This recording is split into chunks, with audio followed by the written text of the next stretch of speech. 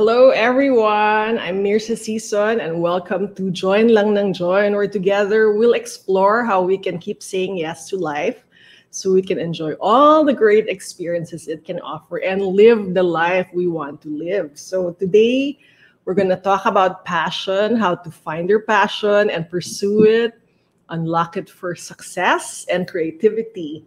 So ginugol ko yung passion in Tagalog. Tapos ang nahanap ko na katumbas ay pagnanasa. O, di ba? Parang ang halay. Pero sa tingin ko, ganun dapat yung feeling natin about passion. Pagnanasa, desire. Kasi pag may passion tayo, parang everything will fall into place. Pero, so first I'll greet everyone. Hello, Rebecca. Thank you for the halo-halo. Angel Naluz. Mr. Q, thank you everyone. Okay, first, check ng banks. Ayan, okay. So, to start, let's see what famous people have said about passion. I don't know kung kilala nyo si Yo-Yo Ma. Isa siyang world-famous violinist. Ang sabi niya, passion is one great force that unleashes creativity because if you're passionate about something, then you're more willing to take risks. Diba? Totoo, pag passionate ka about something and pag passionate ka about something, parang nakakalimutan mo yung takot or hiya kasi gustong-gusto mo siyang gawin diba? Also, si Teresa Amabile, isa siyang Harvard professor. Sabi niya, people will be more creative when they feel motivated, primarily by the interest, enjoyment, satisfaction, and challenge of the work itself and not by external pressure. So, mas ano tayo, di ba? Mas ganado tayong mag-work kung ina-enjoy natin and kung may hilig talaga tayo dun sa ginagawa natin. Kahit gaano pa kahirap yung ginagawa natin, parang nawawala yung pagod at hirap pag may passion ka kaysa pag pinupuwersa ka or may external pressure. Sabi naman ni Mr. Hindi ko na masabi, isa siyang psychologist rin. Ang term niya para doon ay intrinsic motivation. You work because it's interesting, engaging, or positively challenging. Nacha-challenge ka. Also called passion, it leads to complete absorption of the work. Napapansin niyo ba pag passionate kayo tungkol sa isang bagay, parang hindi niyo na mamalayan na lumilipas yung oras kasi sobra kang ganado mag-work. So I'm gonna show you this diagram, which can, okay, habang hinahanap ko siya, mag-greet muna ako kay Mark, Lidoy, Kila, Junie. Thank you all for joining me today. So yon, speaking of passion, sandali hinahanap ko lang. Ayan, okay. Hang on. May papakita akong diagram.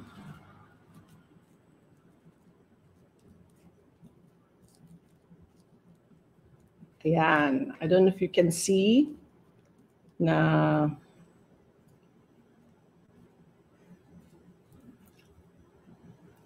to find your passion, you check out what do you love, what are you good at, and what do people need and want. So dun mo malalaman kung ano ang intersection ng mga passion natin. Di ba? Also, check mo yung what you love, what you're good at, and what pays well. And then makikita mo yung mga intersection, di ba? If you're loving what you're good at, maybe you're happy but poor, or what do you love and pays well? Baka naman panaginip lang siya. Or you're good at something and it pays well, mayaman ka nga pero bored ka. Kailangan mong mahanap yung intersection. And yun ang magiging passion mo. So, paano natin malalaman kung ano yung passion natin? According to Fabian Fredrickson, who is parang coach for a women entrepreneur, the things you're passionate about are not random. They are your calling. Diba? Parang minsan, hindi mo alam na passion mo na pala yun dahil ang dami mong hilig. Let's say mahilig ka mag-gardening or magluto. Minsan, pag sobrang passionate ka tungkol sa isang bagay, hindi mo alam, calling na pala yun. And how do you find out? Paano mo ma-trace kung anong passion mo? According to Eric Maisel, na isang psychotherapist, the things that we loved as a child are probably still the things we love. So look back to your childhood and see, nung bata ka, saan ka mahilig, di ba? For example, for me, mahilig ako noon sa ballet, di ba? Gusto ko maging ballet dancer. Gusto ko talagang maging ballet dancer. Pero yung talent ko parang either kulang or kulang sa practice. So hindi naman yun parang viable career for me. Like kahit gusto ko maging ballet dancer, unang-una walang talent masyado. Pangalawa, hindi naman ako papayagan ng parents ko na yun ang gawin kong career. But what did ballet teach me? Natuto ako ng discipline and confidence, which can help in emotional maturity. Pag nag-aaral ka ng ballet, you really have to listen. So nakafocus ka talaga dun sa teacher. Kasi mahirap yung steps eh. Hindi lang siya basta-bastang steps. Very precise and exact. And kailangan makuha mo eksakto. So you learn how to focus, practice, and persevere hanggang makuha mo yung steps, di ba? Also, yung ballet, because it's such a precise art, mataas yung standards mo. So you set standards for yourself. And then, a part of the ballet dancer's job kasi is to make the difficult look easy. So parang very critical ka sa performance mo lagi, di ba? Parang, I don't know if any of you have studied ballet, pero bata ka pa lang parang, okay, from the top, repeat, practice hanggang ma-perfect. So even if I didn't become a ballet dancer, I learned so many things, including striving for excellence, focusing, and persevering. Nung bata ako, mahilig din ako magbasa. Parang lahat ng book sa library, nabasa ko na. In fact, nung unang Girl Scout camping namin, nagdala ko ng 5 libro, tapos natatawa yung mga ibang classmates ko kasi sabi nila, bakit ka nagdala ng libro sa camping? Sabi ko, baka mabore ako, gusto ko magbasa sa loob ng tent. So tawa sila ng tawa. But then, reading was always a big part of my childhood. So looking back, talagang bookworm na ako while the other kids naglalaro. Basa ko ng basa. Hindi ko alam na in the future, magagamit ko yun. Ano pa? Writing. Sulat din ako ng sulat. Mahilig akong magbasa, mahilig akong magsulat, mahilig akong gumawa ng mga kwento, mahilig akong sumali sa school paper. Buong childhood ko, lagi akong nasa school paper, lagi akong writer or editor sa school paper. So, grade school pa lang, school paper, high school, school paper, college, school paper, pati yearbook. Hindi ko alam na yung experience ko as a writer and a reader or just the inclination would someday amount to my future career. Ano pa? Mahilig din ako sa math. So I went to a science high school and mahilig ako sa math. Magaling ako sa math. Sa science, hindi masyado. Pero sa math, magaling talaga ako. And what do you learn pag mahilig ka sa math? Mental discipline, you satisfy your curiosity, problem-solving skills. Pag mahilig ka sa math, you develop an eye for detecting patterns, which is very, very important.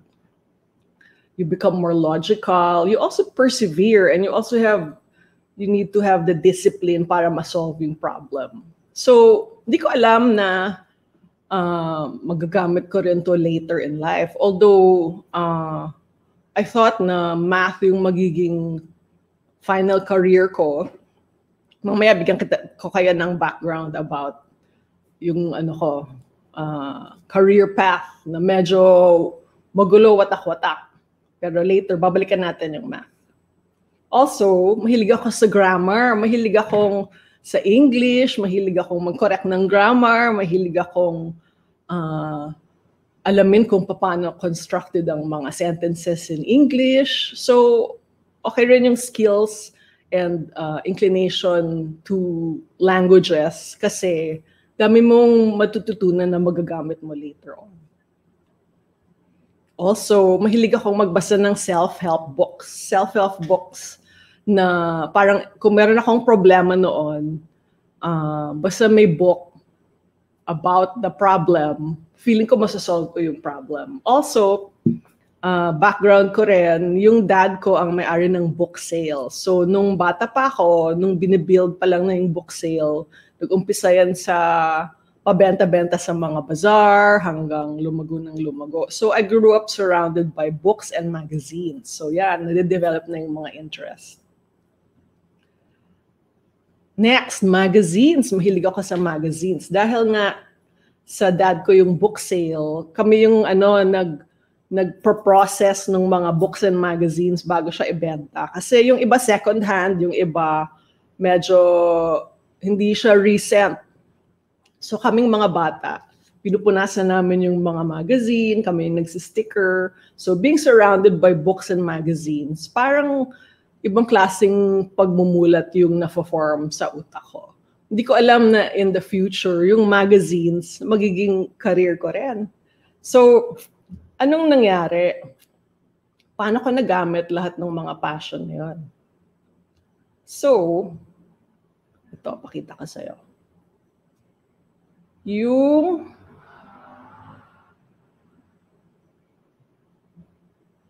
passion na yun, ayan. I don't know if you can read it, but it says, Myrza has worked as a sales girl, computer programmer, systems analyst, fashion model, hand model, movie extra, promo girl, TV host, aerobics TV show backup dancer, script writer, food stylist, press release writer, newspaper columnist, VJ wannabe. Hindi ako nanalo dun sa VJ competition, pero nag-audition ako. Fashion editor, graduate student, fictionist, editor-in-chief of women's magazines, editor-in-chief of websites. And okay, the rest is other interests. She likes to do yoga, Pilates, photography, cook, etc. So as you can see, lahat ng mga parang interest ko as a child and while growing up, napaghalo-halo ko sa lahat ng mga trabaho na to. I mean, even if computer programmer yung gustong job para sa akin ng parents ko, I found a way rin to branch out. I mean, they were not so happy nung give up ko yung computer programming career ko para maging model. In fact, they were very mad. Pero, yun talaga yung hilig ko di ba? In fact, nung nag-apply ako sa UP sa college, ang gusto kong course, journalism. Pero, ayon ng dad ko. Those of you who know me, gasgas na yung kwento na to. Pero, sabi ng dad ko noon, hindi ka pwede maging journalist kasi Marcos era noon. Sabi niya, the country will fall into the hands of the communists and then ikukulong lahat ng journalist. Hindi ka pwede maging journalist. Kailangan mag-computers ka kasi nandiyan ng future. He could have been right kasi ngayon, nandiyan talaga yung future, di ba? Or yung future, yung present na. If I went into IT, siguro, kasing yaman na ako ni Mark Zuckerberg, baka nagtayo na ako ng Facebook. But no. Pinursu ko talaga yung mga passion ko. So, naging fashion model ako kahit na ayaw ng parents ko, and then I pursued that for 7 years. Pinaglaban ko talaga. So how do you know, how else can you know kung ano ang passion mo? Sabi ni Gretchen Rubin, author and happiness guru, siya yung author ng book called The Happiness Project. What you spend time doing can tell you what you should do. Sometimes the things that we do without thinking are really the things that we naturally enjoy or good at. So isipin mo, ano bang pinagkakaabalahan mo sa time mo? Lagi ka bang nag-garden, nagluluto, or yung iba gustong mag-knitting, mag-crochet, kung ano man yung hobby mo, check mo rin. For example, some people sobrang excited mag-video games, di ba? Or mag-TikTok, or mag-KUMU, di ba? Maybe that's an indication also kung anong pwede mong gawing passion mo. So here are some questions you can ask yourself to determine kung ano ang passion mo. Ask yourself, yun nga, what do I find myself doing? Ano yung something na pag immersed ako doon, I lose track of time. I know, for example, for Papa Jason, mahilig siyang mag-garden, di ba? Mahilig din siyang maglaba, pero I don't know kung pwede maging passion yung paglalaba. Pero yun, mahilig siyang mag-garden. So maybe that's an indication. Take a look and take stock of your time and see saan napupunta yung time mo.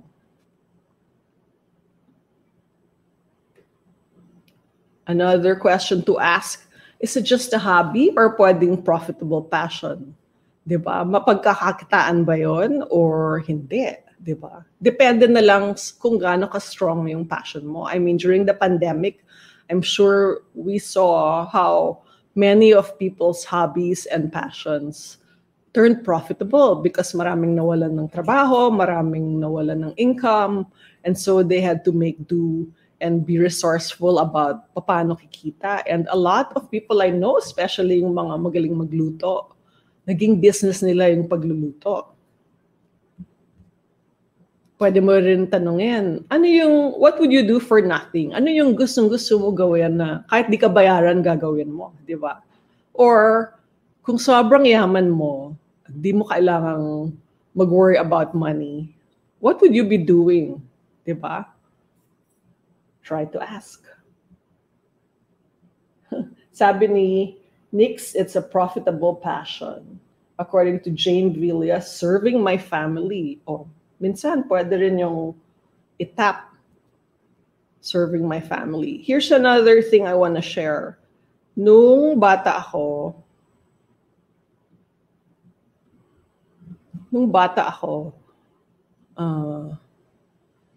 since eldest ako ng 4 children, I was an ate, and I guess magaling ako sa pagiging ate. Very nurturing ako.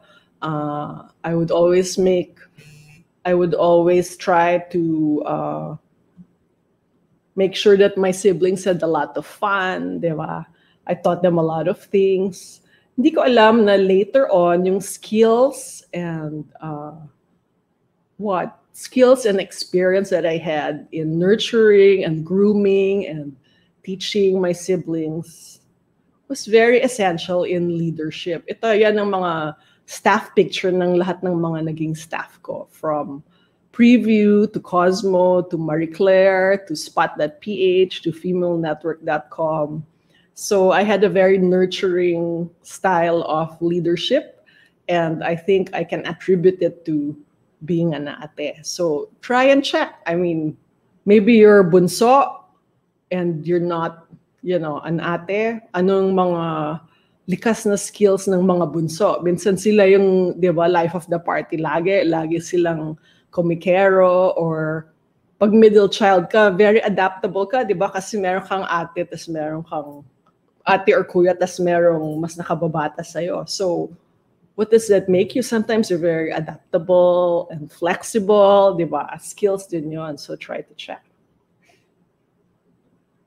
Ayan, nung bata rin ako, meron akong cousin na younger, pangalan niya Patty. Tapos lagi ko siyang, para ko siyang live doll. So lagi ko siyang binibihisan, kinukunan ng pictures, sinastyle ko siya, pinapasuot ko siya ng mga kung ano-anong costume, parang ginagaya ko yung mga picture na nakikita ko sa mga magazine. So, nung 8 years old siya, siguro ako mga 12 years old.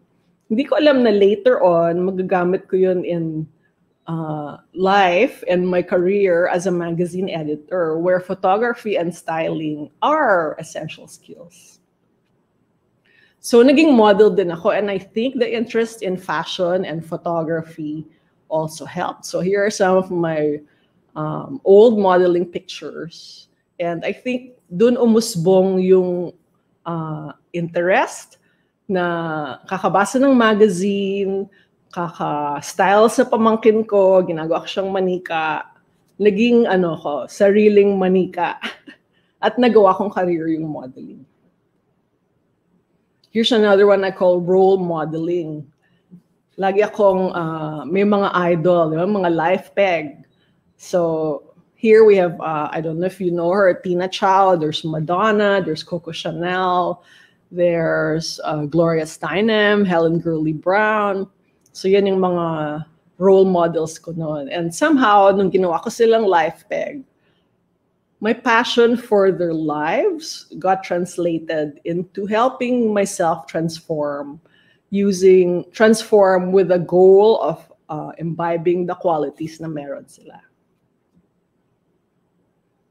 So yan, yung hilig ko rin sa magazines, makeovers, ayan, passion ko for styling and photography helped me transform myself because through modeling, nagkaroon ako ng mga skills to transform myself. So yan, kita mo yung mga pictures ko from, the first one was when I was 12 years old, grade school yearbook picture. The next one is my high school yearbook picture. Diba? Kita nyo yung transformation. Next one is my college graduation picture. Hanggang the next two are modeling pictures na. And then the last two are pictures of myself as an editor.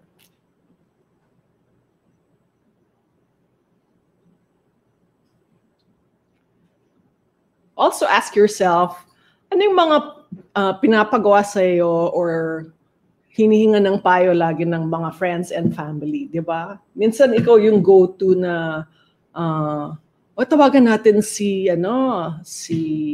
Jason kasi mahilig siya sa ganyan. Or let's ask so-and-so kasi magaling siya sa ganyan, di ba?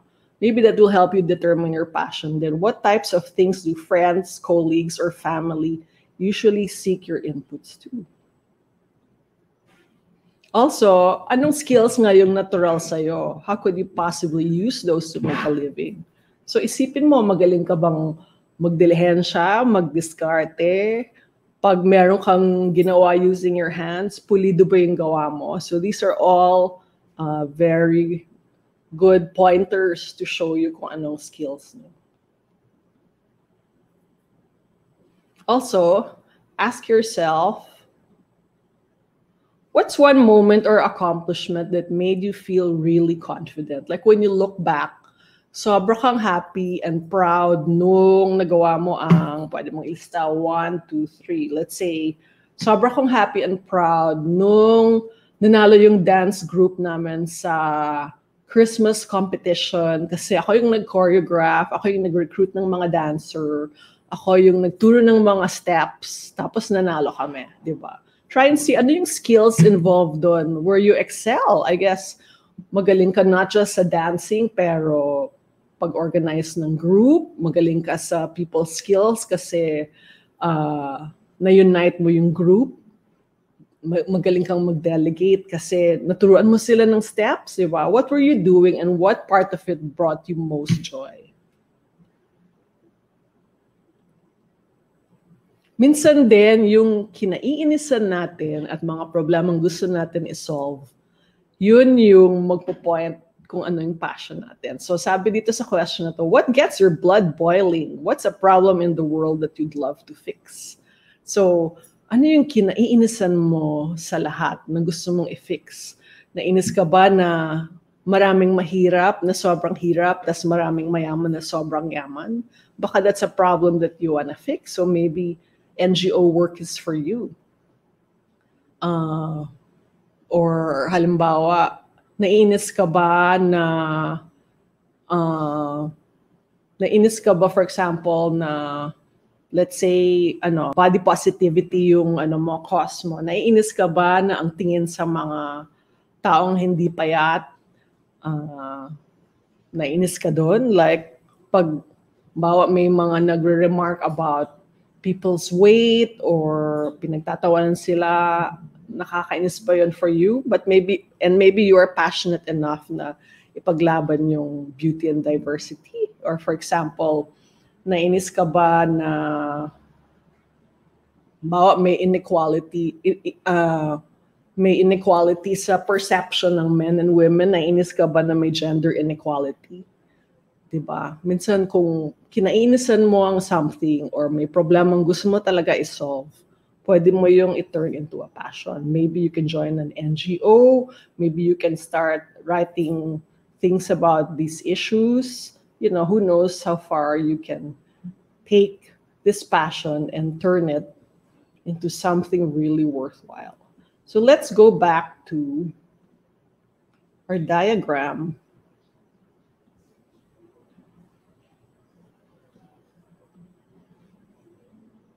Yan, share ko lang.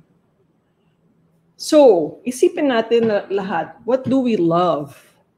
Diba? Sulat nyo lahat. What pays well? What are you good at?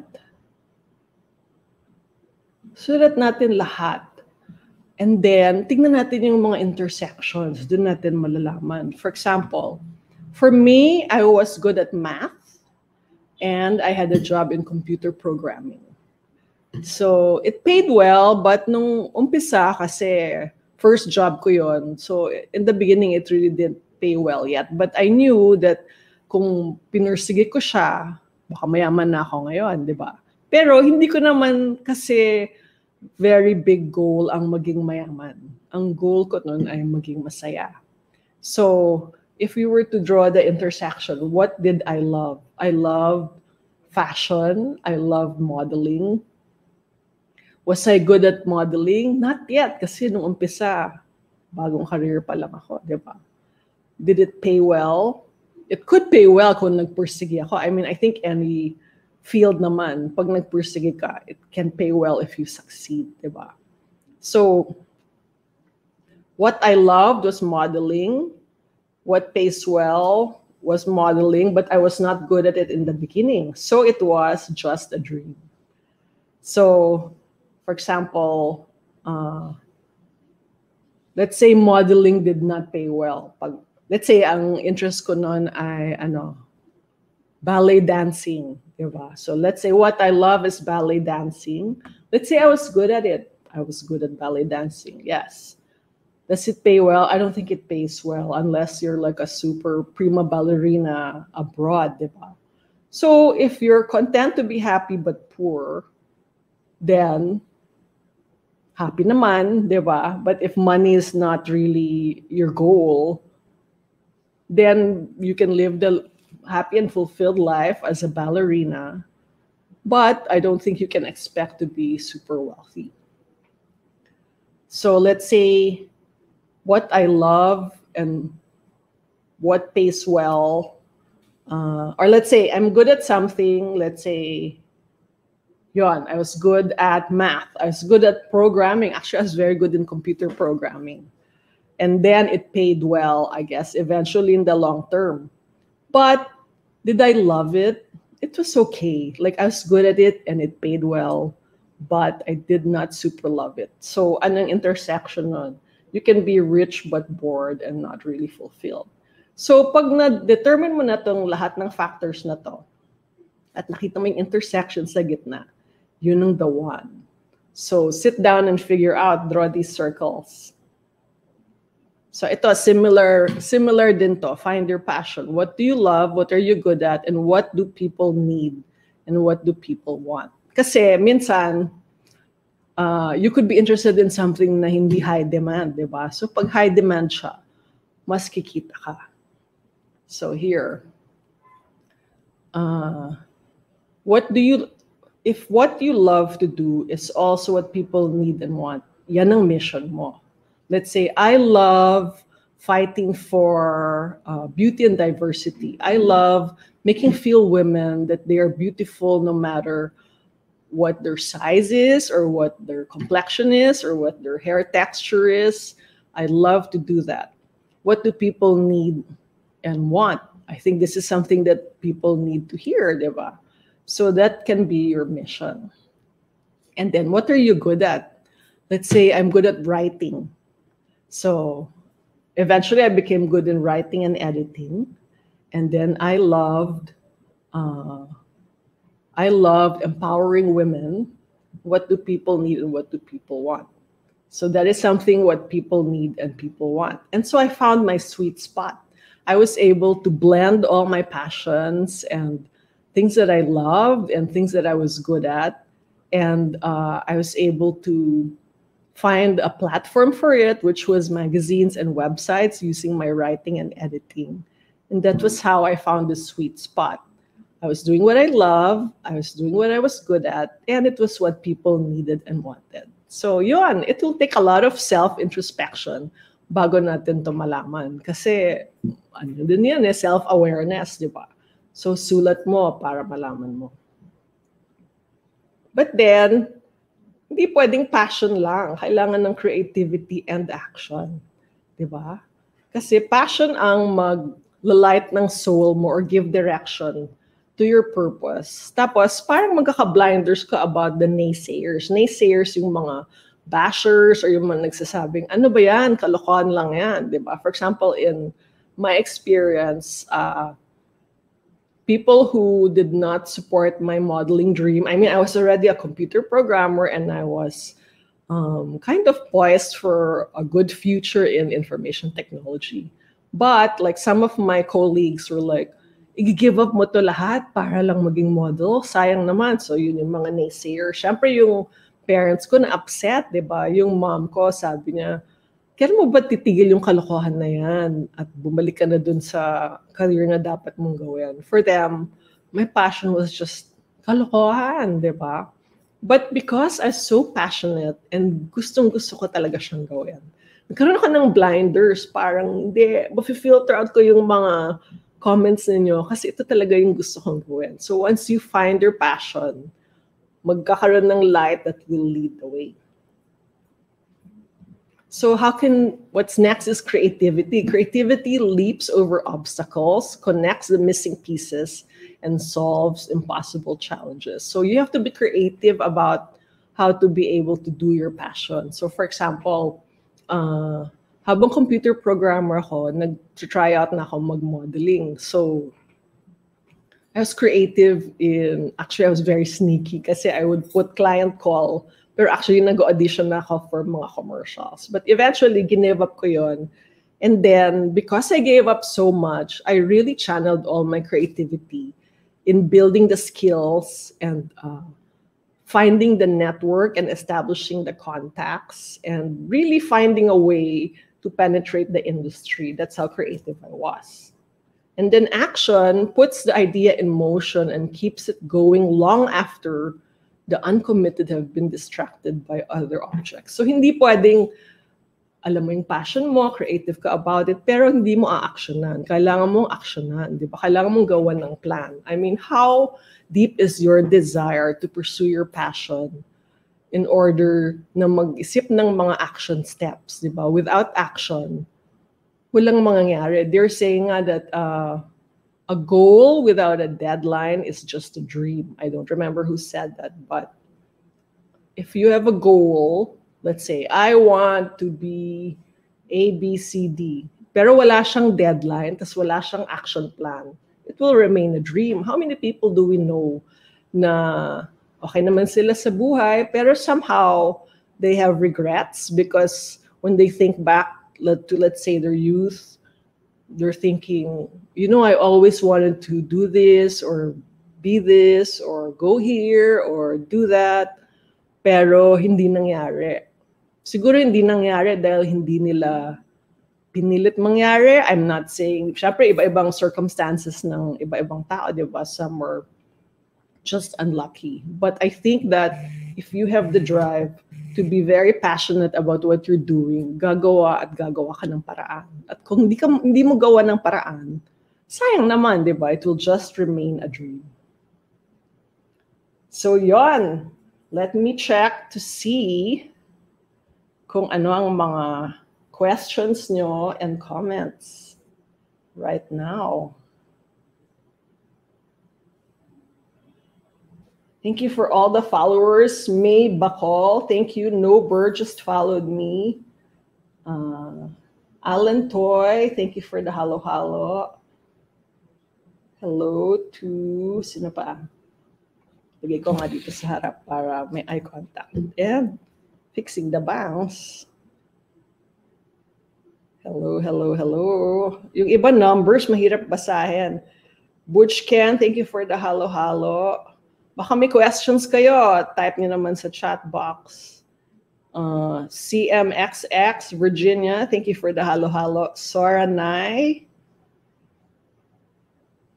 follow back mo ko. Yun, minsan naman, how do we know kung hobby siya or passion? Minsan you really have to be realistic din, di ba? Minsan kung sobrang obscure nung passion mo, check mo rin yung market, di ba? Like earlier we said, is it what people need and want? Kasi minsan baka hindi. Kung ganon, or let's say you need your stable job and you can't leave it just yet because maybe your passion is not lucrative yet. So maybe you can devote ample time to that hobby or passion, let's say weekend or at night, hanggang mag-grow siya. I'm not saying na give up nyo na lang yung stable job nyo para gawin what you love. That's the ultimate goal, pero minsan hindi siya ganun ka-realistic. Pero check nyo rin. For example, dun sa aking isang live stream na Ask Ms. Mears, which is every Wednesday at 5 p.m., and this is also on KUMU, YouTube, and Facebook. Ang guest ko nung last Wednesday was Darlene T. Nilo. Siya yung founder ng Belle de Jour Planners. And then may nagtanong doon, what if actually tanong to ng friend ko. Yung friend ko kasi, breadwinner siya. She supports her family. So she has a very stable job that she doesn't love. She's okay with it, but her true passion is drawing and creating sketches, creating paintings. So there's nothing more in the world that she would like than to quit her job and be a painter or an artist. So yun yung tinanong ko kay Darlene. Paano kung ganon? And then gustong-gusto ko yung answer niya kasi very practical. She said, first of all, maybe there's a way for you to start small, di ba? If you wanna draw and make money out of it, ask fellow artists who are making money from it, di ba? Sa Instagram, dami-dami ngayong people who can draw your portrait and then you pay them. So there are quite a few who are doing that. But then this is what I like about her answer. She said, evaluate rin the nature of your being a breadwinner. I mean, there's nothing more that we would all love than to help our families. But sometimes try and check rin, is the breadwinning unfairly resting on your shoulders? Ikaw lang ba yung breadwinner? Inaakaw mo ba lahat? Baka merong pwedeng tumulong in the family rin? Or lahat ba ng members ng family na pwedeng nag-work, or sa'yo lang nakasalalay dahil ikaw yung willing, di ba?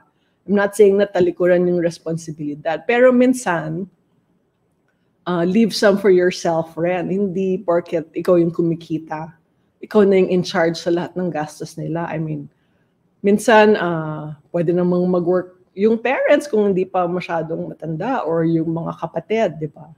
Try nyo rin. I know it's uncomfortable to talk about these things, and minsan kung sino yung pumayag, sa kanya na lang nakasalalay. Pero minsan, check nyo rin. I mean, it's your life that you're fighting for. It's the way you live your life that you're fighting for. So, baka pwedeng mag-negotiate, di ba? Baka pwedeng hindi yung buong sweldo i-entrega. Meron akong friend na yung mga kasambahay niya, every sweldo, ubos ang pera kasi binibigay nila yung buong sweldo sa probinsya, sa pamilya nila. This is very helpful for the family, but they leave nothing for themselves. So wala silang ipon.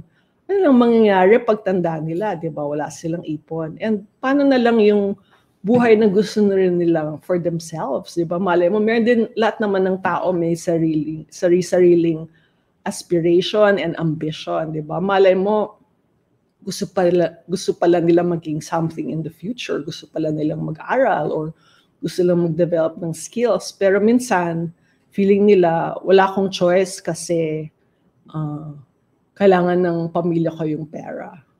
Baka hindi naman. I mean, kailangan nila, pero kailangan bang ibigay mo ng buong buo? May buhay ka rin, di ba? So, minsan, try and check rin. Baka pwedeng pag-usapan, baka pwedeng i-negotiate. Kasi, in the end, our life is what we make it. So, in the end, pag ang matanda na tayo, and then yung buong buhay natin, inalay natin sa buhay ng iba. Magiging masaya ba tayo? Diba? Baka wala rin tayong kinabukasan dahil binigay natin lahat sa kanila. So, check nyo rin. And this is a way to fight for your passions and try and fight for the kind of life that you want to live. So, I'm going back to your comments. Thank you to Melody Azarus. Thank you for the halo-halo. Gilbert Miguel, thank you.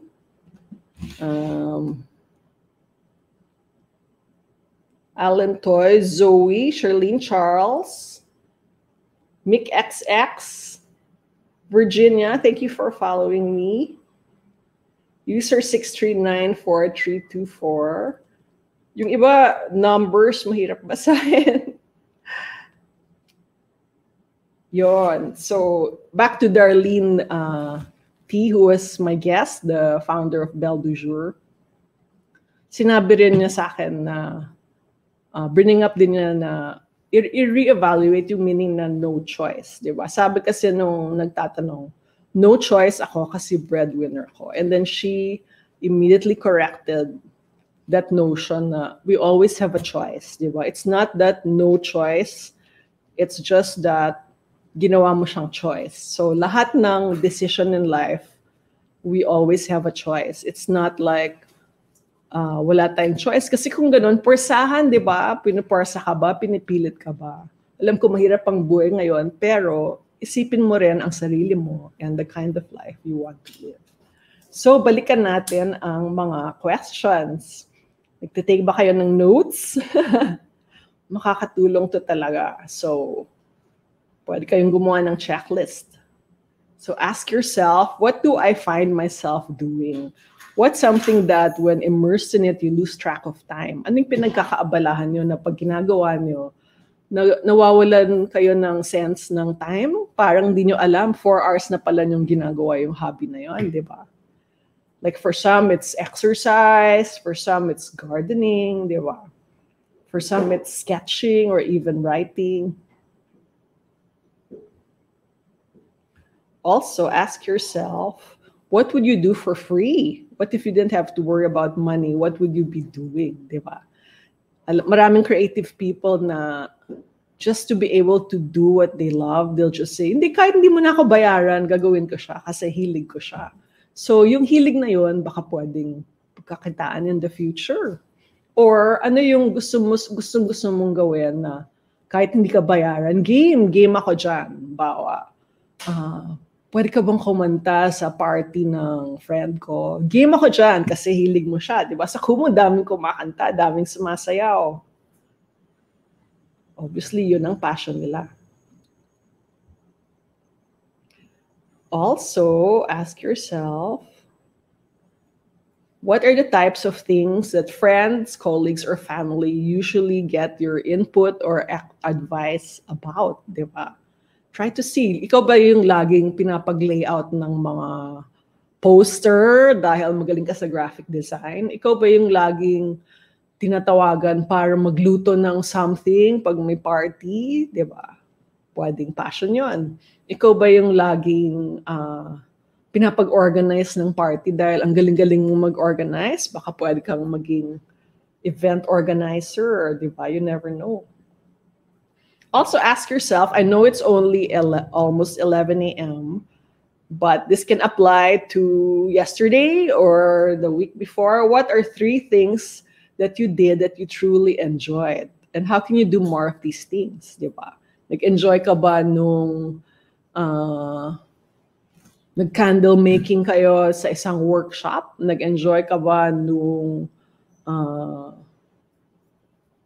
minikapan mo yung friend mo? Diba? Baka pwedeng maging lucrative career yun in the future.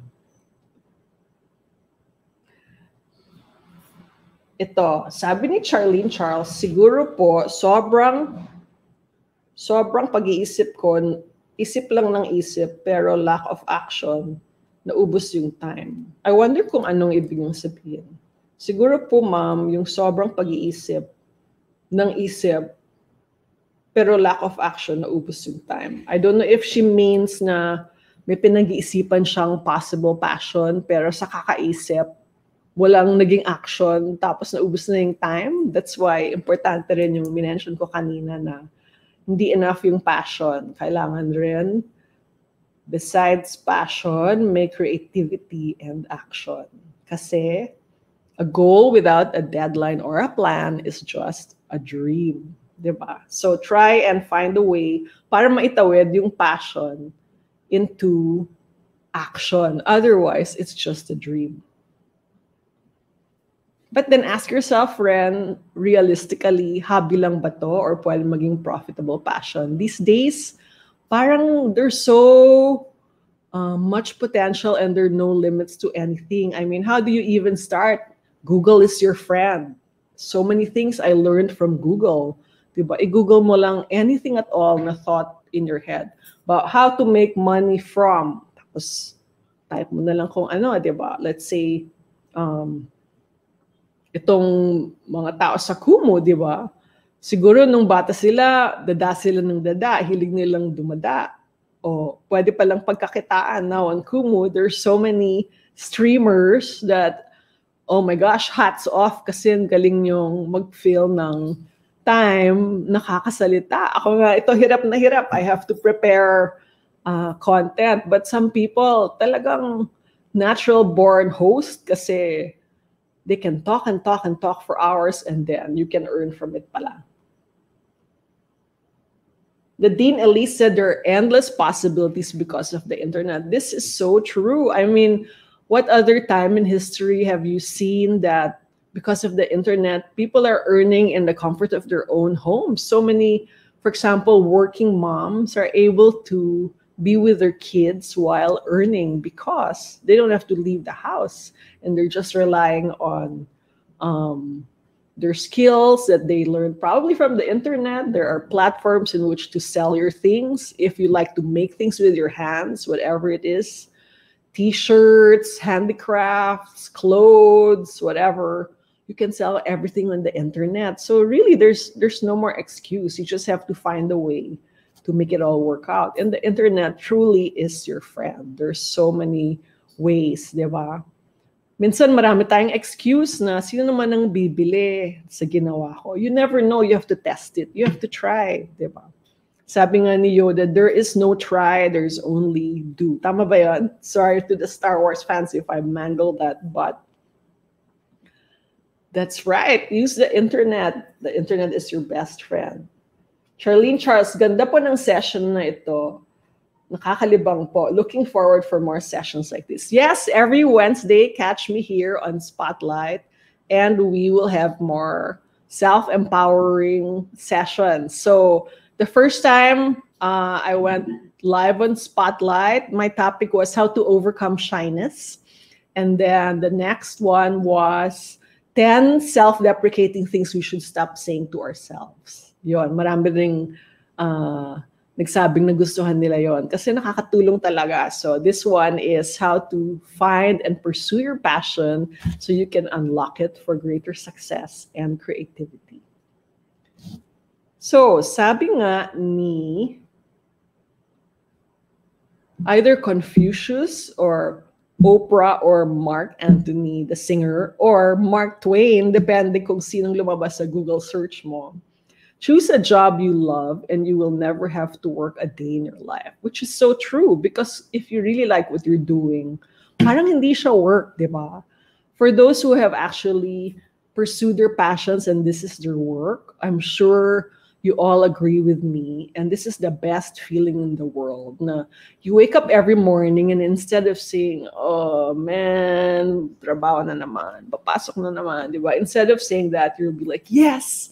Ano pwede kong gawin today? And you love what you're doing, di ba? Kakaiba yung feeling. Makakabawas ng stress. It will be better for your health. It will be better for your disposition, hindi ka na masungit, di ba? And I think if you really love what you're doing and you do everything and you exhaust all means to be the best at what you do, I think you will succeed, di ba? Depende na lang sa priorities nyo. Let's say nga, if you want to be an artist, and I don't know if di ba, 1 in a million naman yung mga, well, actually ngayon, sorry, what I was trying to say was, in the arts, there have been artists who have found a way to become rich through their art. And while some are luckier than others, I think if you do your best and become the best at what you do, there is a way for you to have a lucrative career, diba? Sometimes there are trade-offs. Sometimes, diba, let's say artist ka, and then hindi naman pwedeng all the time gusto mo yung subject, diba? Let's say gusto mong kumita by drawing portraits. Hindi naman all the time magandang drawing mo, diba? Same way sa makeup artist, diba? Kinukwento ng mga makeup artist, minsan, hindi naman lahat ng may makeup nila maganda, diba? Not to say na walang karapatan yung pangit magpa-makeup, but syempre nakaka-inspire din talaga kung feel mo yung mini-makeupan mo, diba? But then, they also have to earn. So they just weigh it, right? In the long run or at the end of the day, am I happy with what I'm doing? Of course, diba? Even when I was an editor for so long, for over 2 decades, not every aspect of my job I loved, but there are things that I really had a hard time with, like dealing with certain celebrities and managers and, you know, all the egos that come into play. That was a very hard part of what I had to do. I had to negotiate things, I had to coordinate things. But in the end, all the hardship was worth it, because let's say if we got the cover girl that we wanted and she had a great cover, I felt great. So minsan, not all the aspects you like, but in the long run, you're happy. So the reason I lasted for 25 years in Summit Media through working on and leading teams for so many publications was this was my only question every day. Every day when I'd go to work, I would think, am I still happy going to work today? Or am I still happy doing what I'm doing today? And when the answer was yes, I'd go to work the next day. Before I knew it, 25 years na pala. And it was a very exciting and fulfilling career. And I was really able to mix my passions with my skills and what people needed and what I think helped generations of women in the Philippines to achieve their best lives. So in the end, I still wanted to go to work every day. Yun. So that's the kind of passion that I hope you can find and pursue and make a career out of. So I hope all my insights and tips helped. And yeah, here's the best of luck to you. And I hope you can apply all the tips. So thank you to Princess Anchovy. Uy, that's a cute name, Anchovy. Earth Spike. Charlene Charles, congratulations po. Looking forward ko rin na makita yung passion na pwede kong i-pursue at maging career. Yes, Charlene, please message me. I'd be only too glad to help you out para malaman mo yung passion na gusto mong gawing career. Kasi it's really highly recommended that you find your passion, because it will really change the way your life turns out. It will really change the way, it will really make you happier, healthier, and glad to be alive every single day of your life. Thank you to all the halo and diamond senders. So happy you're all here. So abangan nyo ulit next Wednesday. I will flash where you can follow me, catch me live on Spotlight Coach Mako Wednesdays at 10 a.m. And follow me on KUMU at Myrza Sison, Instagram at Myrza Sison, Facebook Myrza Sison, YouTube also Myrza Sison, Myrza.com. I know mahirap i-spell yung name ko para matandaan nyo. Isipin nyo na lang Myrna, pero yung M, baliktarin nyo para maging Z. So, Myrza Sison. It's so much fun to be in KUMU kahit na minsan nauubusan ako. Charlene Charles, paano po mag-message dito? Baka you can follow me on KUMU and then send me a message. Pwede yun, di ba? Or, dun sa mga nakikita mo sa ilalim, you can follow me on Instagram, Facebook, YouTube. You can send me a message. Pwede mo akong i-PM doon. PM is key. And then, hopefully, I can e-meet you and then we can talk about what kind of passion you want to pursue and help you. So we are coming down to our last 4 minutes. And I just want to thank all the people who joined me today, sending me hello, and diamonds and everything else. Anchovy says, I love your content po. You're welcome. Charlene Charles, nakapag-follow na po ako at nakapag-message po. Thank you so much na enlighten ako. Uy, thank you, Ren. It's my pleasure to enlighten everyone, especially young women. Men na rin, but especially young women. Kasi ito yung mission ko noon sa Cosmo, Marie Claire, Female Network, at lahat ng mga publications na inedit ko. Is to encourage every Pinay to live the best life she can live. Yun ang mission ko. And I'm still trying to continue that mission up to now through all my platforms. And so I'm trying to translate all the things I learned and all the experiences that I gained. And actually all the lives that touched me, all the people I wrote about, all the people we featured, all the readers that we met, I want to combine all that experience and knowledge and use it on my platforms to send a message of empowerment and self-awareness and self-reliance and confidence. So sana makatulong sa inyo. So again, see you next Wednesday, 10 a.m. on Spotlight Coach Moho. This has been Join Lang ng Join, and I will see you again on Wednesday, I hope. Thank you to Janeline, Sarah Nadine, Joy. Thank you for the halo.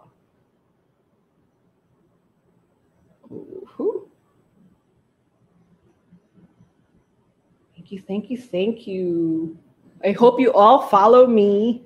And yes, just send me a message. I'm always eager to help, always eager to chat with you, always eager to answer your questions. And I know, eager to help, just eager to help. If you want a review of the very interesting quotes, I'll start flashing them one by one. Passion is a great force. It unleashes creativity because if you're passionate about something, then you're more willing to take risks. Yo-yo ma. Passion can make you brave. From Teresa Amabile, the Harvard professor, people will be most creative when they feel motivated primarily by the interest, enjoyment, satisfaction, and challenge of the work itself and not by external pressures.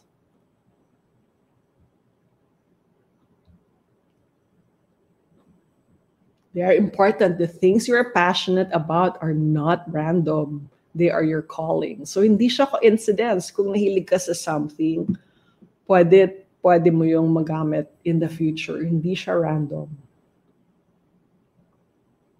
The things we loved as a child are probably still the things we love. So get a pen and paper, write down all the things you loved as a child, and then you can channel those passions and check what you spend most of your time doing. Sometimes the things that we do without thinking are really the things we naturally enjoy or are good at. And finally, Confucius say, choose a job you love and you will never have to work a day in your life. All right. Bye. This has been Join Lang Nang Join, and I'll see you on Wednesday. Thank you. Bye.